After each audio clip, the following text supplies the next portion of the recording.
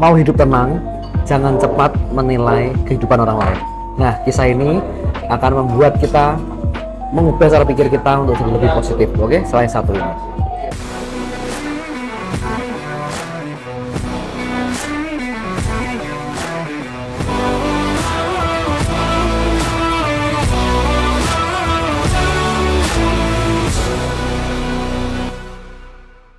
Halo sobatnya, salam hebat luar biasa. Nah, ini teman-teman ada sebuah kisah yang sangat bagus sekali, sangat menarik sekali tentang sepasang suami istri gitu ya. Ada sepasang suami istri yang tergesa-gesa lari ke atas puncak gedung. Ternyata karena apa? Karena apartemennya di situ itu lagi kebakaran teman-teman. Dia lagi hangus terbakar. Jadi ada sepasang suami istri, dia tergesa-gesa naik ke atas puncak gedung dan dia ingin segera masuk ke helikopternya. Ya, masuk ke helikopter, ada helikopter penyelamat di sana. Tapi uniknya ya, ketika datang ke atas ya, sampai di puncak, ternyata helikopternya hanya menampung satu orang saja. Nah, ini jadi bingung. Wah, ini suami istri berargumen gitu ya. Wah, gimana ini?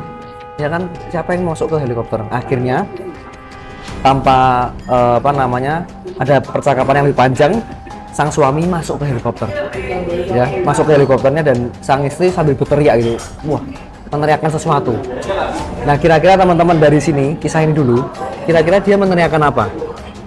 Sang istri meneriakkan apa nih? Kalau kita lihat ada pandangan orang melihat suaminya tuh yang masuk ke helikopter ditinggal istrinya. Nah, kira-kira istrinya ngomong apa? Ayo tulis di kolom komentar ya. Mungkin ngomong, kamu jahat gitu kan, kamu suami nggak bertanggung jawab gitu kan, kamu kurang ajar, kamu egois gitu kan, nggak tanggung jawab, nggak tahu malu kamu dan sebagainya. Mungkin ada yang bicara seperti itu ya. Jadi seringkali kita menilai seseorang itu sekilas, lihat pandangan yang singkat, lihat pandangan yang mungkin nggak pandangan yang luas, sehingga ya akhirnya terbatas ya, karena kita manusia terbatas teman-teman. Jadi pasti kita melihatnya dengan kacamata manusia yang terbatas ini. Nah, padahal di cerita ini belum selesai teman-teman ya. Suatu saat sang suaminya bisa kembali ke keluarganya, bertumbuh bersama dengan anak-anaknya. Dia punya 3 anak teman-teman ya, satunya dokter yang pertama, yang kedua jadi pengacara, yang ketiga itu masih kuliah. Nah, anak yang terakhir, anak yang paling bungsu ini seringkali dia tinggal di rumah sendirian dan membersihkan rumahnya sendirian teman-teman ya, karena dia yang tanda kutip paling nganggur gitu ya.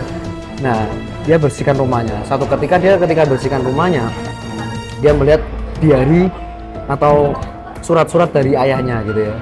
Ada diari sehari-hari ayahnya tuh ngapain aja. Dia penasaran, akhirnya dia buka gitu ya, diarinya ayahnya.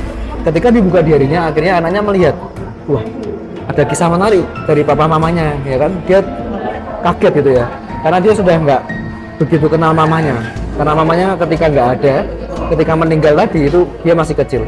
Dan akhirnya ketika teman-teman dia baca diarinya, dia meneteskan air mata. Kenapa?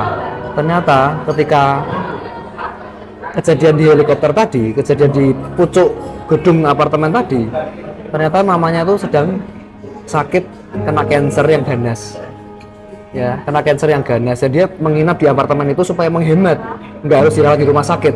Jadi dia menghemat di apartemen dan akhirnya apartemennya malah kebakar. Dan akhirnya ketika tadi yang dia naik ke atas ke helikopter teman-teman, kenapa kok ayahnya disuruh naik ke atas helikopternya? Karena satu kursi aja, karena mamanya tadi sudah harapan hidupnya tinggal 10% saja. Dan mamanya tadi teriak gitu ya, mamanya teriak bahwa tolong jaga anak-anakku ya kan, jaga anak-anak kita, besarkan mereka dengan luar biasa. Nah itu, jadi ketika mamanya cerita seperti itu dan dituliskan oleh ayahnya ya di diarinya itu sungguh menggugah hati anaknya. Dan anaknya ini ajak kakak-kakaknya ya, bertiga itu tadi datang ke ayahnya dan memeluk ayahnya sambil berlutut di hadapan ayahnya ya, memeluk ayahnya dengan erat. Nah, seringkali orang-orang di sekitarnya, keluarga ayahnya ini banyak yang nggak paham, banyak yang mengira bahwa wah, ayahnya ini memang nggak peduli lagi mungkin sama istrinya, mungkin suaminya ini sudah nggak peduli lagi, sudah nggak sayang lagi, atau mungkin sudah tinggal aja lah dan sebagainya. Nah, dari cerita ini teman-teman, seringkali kalau kita menilai kehidupan orang lain terlalu cepat, nah kita akan menjudge orang itu, bisa jadi malah kebalikannya. Ya jangan-jangan malah hidup kita nggak sebaik dia loh, jangan-jangan. Ya, hidup kita mungkin nggak setulus hidupnya dia mungkin.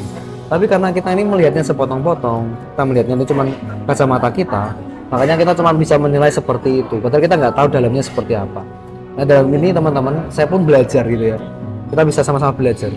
Saya pribadi dalam hidup belajar bahwa ketika lihat orang lain pada melakukan kesalahan dan melakukan sesuatu yang terlihat menjengkelkan, melihat sesuatu terlihatnya negatif sekali, orang ini kok nggak punya perasaan, nggak punya peduli sama orang lain. Ternyata di balik itu semua dia tuh menyimpan banyak hal mungkin yang kita nggak paham, yang mereka betul-betul ternyata itu yang sudah versi terbaiknya dia gitu, sudah versi terbaiknya yang dia bisa lakukan dan dia nggak bisa punya pilihan yang lain. Nah, oke teman-teman, jadi kisah ini semoga bisa menjadi inspirasi untuk kita semua, menjadi satu semangat untuk kita ya, supaya kita ini kalau ke depan ingin jadi orang yang sukses ya, ingat kita harus pikir yang optimis gitu ya, kita pikir yang betul-betul mungkin ada sesuatu di balik itu yang kita nggak paham ya, jangan langsung menilai dengan cepat. Kalau kita sudah tahu semuanya seluk-beluknya baru kita bisa nilai, tapi kalau kita baru lihat sekilas jangan nilai terlalu cepat. Nah itu aja pesan saya, thank you semuanya. Kalau suka video ini share ke teman-teman Anda, berikan komentar positif, jangan lupa klik like, subscribe dan aktifkan loncengnya, dan selalu salam hebat luar biasa.